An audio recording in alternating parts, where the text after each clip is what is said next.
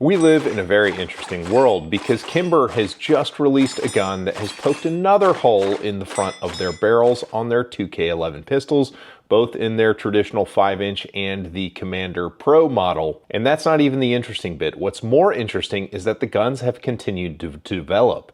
Despite the 2K11 being barely a year old, there are noticeable changes and it is more refined. If you told me 3 years ago or even 2 years ago that we'd be talking about compensated 2011s coming from Kimber that are handsome and functional, I probably would have laughed at you.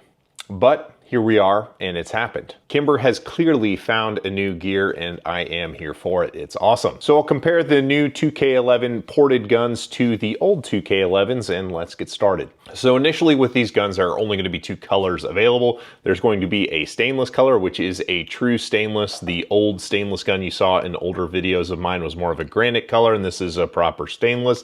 And a DLC black, which doesn't really show up in my studio. There it is, you can see it. The guns are going to be offered at two different price points, with the stainless gun costing less because it doesn't come with a magazine well, whereas the black gun is going to come with a magazine well. That's going to be the big difference. Now, over the past year, I've done a few videos on the 2K11 pistol, so you can check those out for more information. I'm going to focus on what has changed and how the gun's performed, not necessarily everything about the gun, but I recently completed a 6,000 round review of the Kimber 2K11 stainless target. And to summarize, the guns are very reliable because they have external extractors. They represent a great value and excellent functionality for what you're paying for versus what you're getting. And just for full transparency's sake, these guns were sent in by Kimber for video, which is why you get to watch the video on the day the guns release. No money changed hands or anything like that. But let's talk about what has changed with the gun. So first things first, obviously the stainless finish has changed. This is a true stainless finish that looks absolutely gorgeous. But the next most obvious thing is that the grip has changed. Previously, Kimber had two or really three different options. There were two different MJD grips they had, and they have an aluminum grip that we're shipping on the guns. These are now their new 2K11 polymer grips. These are Kimber's grips that they have developed. It's kind of their fissured texture that showed up on like their R7 carry compact guns.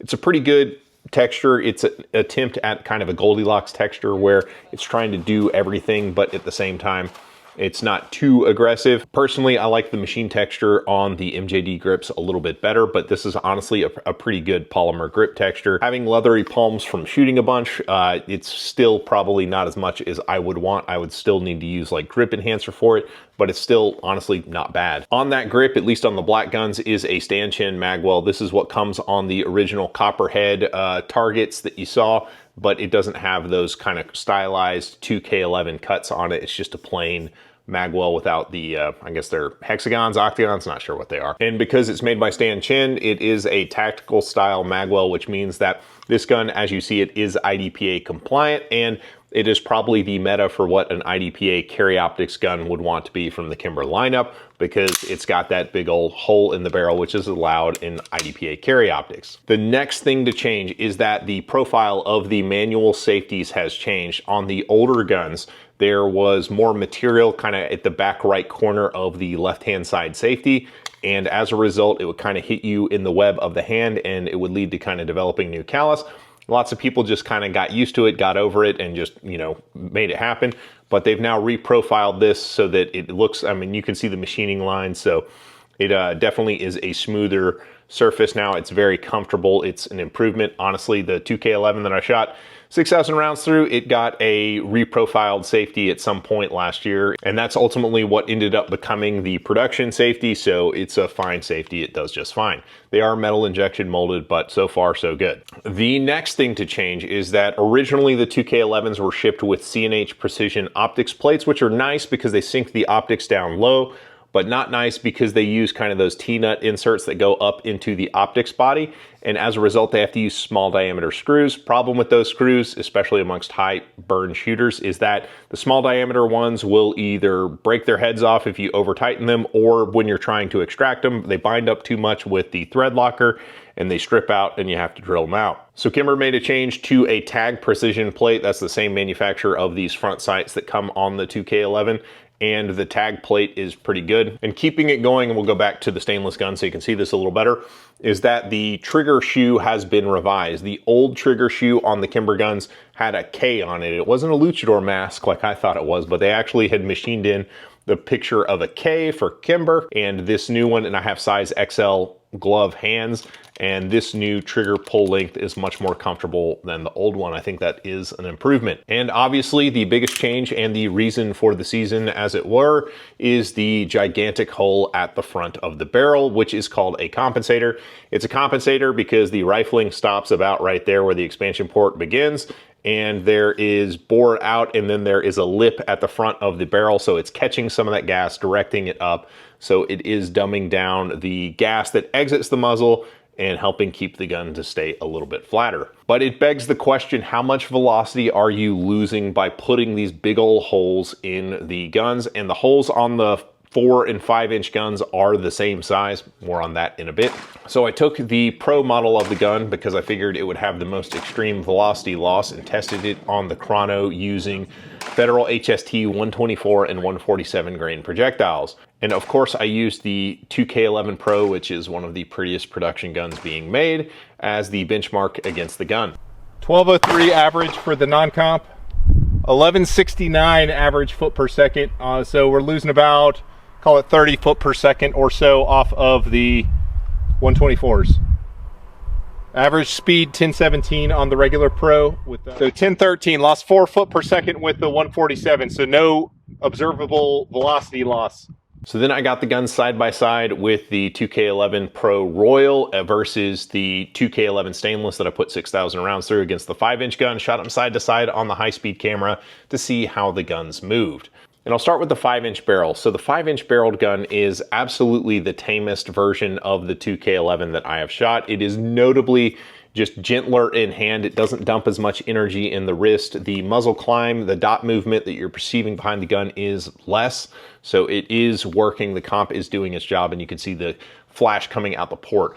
It's notably nicer to shoot than the 5 inch. It feels like a faster cycling gun. Don't know what slow-mo is going to show. It's probably exactly the same, but I can tell you that it's much easier to rack and it doesn't climb as much. We'll see what happens in slow-mo though. But what was interesting is that on the Pro guns, it was absolutely observable that this one dumbed down the energy coming back on the gun at a much higher rate than the 5 inch did.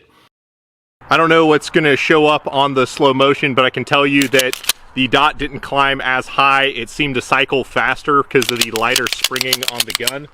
But it's a nicer shooting gun. It's louder behind it, obviously. Now the 5 inch is a tamer gun to shoot, but the Pro version, it's noticeable in the high speed, was more tranquil at speed. It makes sense why, because the porting is the same on the Pro model and the 5 inch model, so that, you know, you've got the same size port on a shorter barrel, it's going to make a bigger difference on a lighter gun. So there you go. So under high speed, you can obviously see that the ports are working, but what does that mean in practical terms? So I set up on some steel at 15 yards with each of the guns and kind of ran them back to back. 3 steel plates, 3 per. We're just going to put it on the clock and see if there's an observable difference between the 4 and the 5 inch guns, as well as the, you know, comp versus non-comped models. We'll let the comped guns go first and kind of set the bar and see if we can't break it with the non-comped. We're kind of right at the cusp of where the compensator begins to make a difference on stability. We're going to go for time and then hits. I'll do the hits in post, but I'll tell you the times now. All right, that was garbage. Had trigger freeze and missed one shot at 387. Let's go again.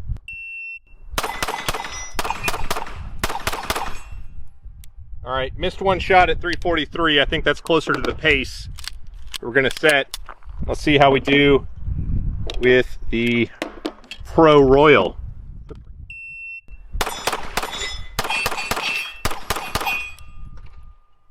That's a 366 with one off. I can tell you that I'm having to work a lot harder to keep the gun on target.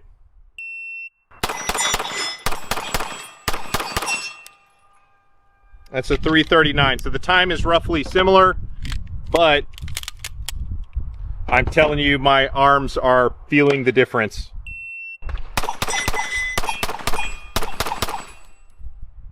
.337, I think that was a one off.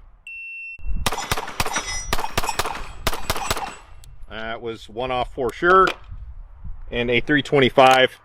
I feel like the 5-inch gun's a little bit easier to hold on target. However, it has more dip on the close. There's less pop in the hand, but it is more prone to dropping shots low. That's where the shots that missed went. They came back low. All right.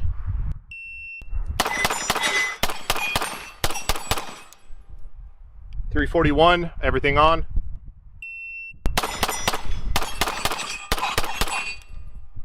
It's a 320, so the best run there. So at 15 yards, it's kind of on the cusp. We're gonna have to move it back to 25 and see if there's a difference. The times are basically the same because I think I'm on the edge of what my ability is of letting the hardware show. So let's move back to 25 and see what happens. All right, back at 25 yards, same thing as before. We'll get started with the Comp Commander.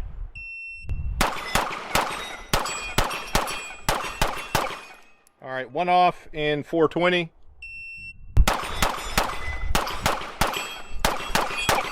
One off in 408. Non-comp Commander.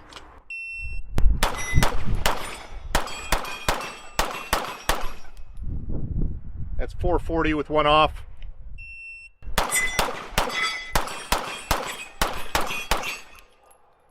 That's a, it says it's a 414.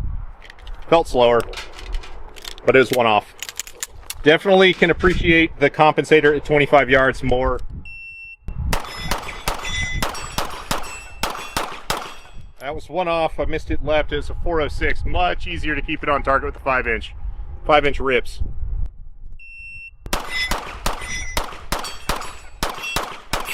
Two off, but 394 because I was getting a little froggy. They were both low left because I was ripping the trigger. And this is my competition gun from the last half year or so. Let's see how we do.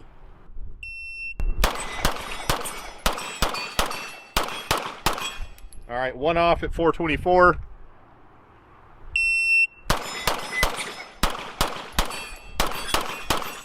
All right, two off at 415. So we're seeing about 2/10 of a pickup on the 5-inch gun. I'm not good at math, so I don't know what the Commander was, but it definitely felt faster. I can tell you I like the way the Commander shoots probably the best. It's just a super sharp, quick return, but the 5-inch is significantly more gentle. Like, it's the gentlest by a lot. So if I had to pick, if I'm going straight for performance, I think the 5-inch gun's better, but I like the Commander better. If I was picking a competition gun, it'd be the 5-inch. The results were pretty samey because given my level of skill, I'm a master level shooter in USPSA and IDPA. At 15 yards, I can get basically the same performance of the ported guns and the non-ported guns, but the margin for error is a lot less with the non-ported guns. You really have to lock in on that grip, whereas it felt like I could just kind of grip it and rip it with the gun and get basically the same results. So it wasn't like a performance gain, but there was a performance loss that was mitigated because I could be sloppier with my technique and get the same results. Look at this. I am trying to get this gun zeroed. These are the first 3 shots out of the gun at 15 yards. My aim point was up here, so clearly I'm gonna have to go left and up, but holy cow. Touching at 15, never shot the gun. That's great. As far as negatives of the guns are concerned, I feel like they're offered at a fair price. The MSRP on these is, touching distance from the original 2K11 targets, and you're getting the extra stuff associated with it, the refined optics plates, the ports, the DLC finish on the black gun, which is a super robust finish, or a gorgeous stainless version. But the rest of the complaints with the platform have largely been addressed, specifically with the safety, the optics plate. There is one hanging out still, and it is the little witness hole at the 12 o'clock position in front of the optic.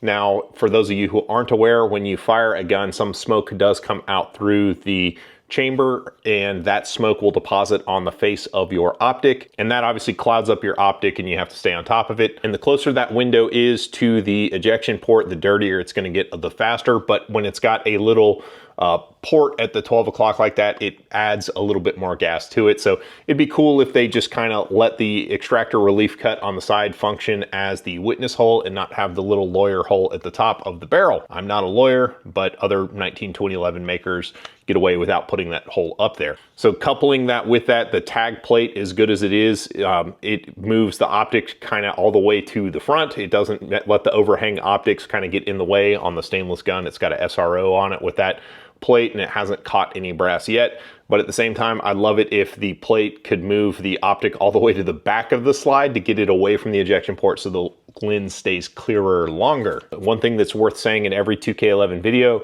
is that the subframe is set up to accept the magazine taper of the Checkmate or Atlas magazines. It works with Duramags as well, but it won't take MBX mags. That's just one thing to throw out there. Do not use MBX in 2K11s. You will dent the MBX mag tubes if you force it, and they won't really lock in the grip. So now you know.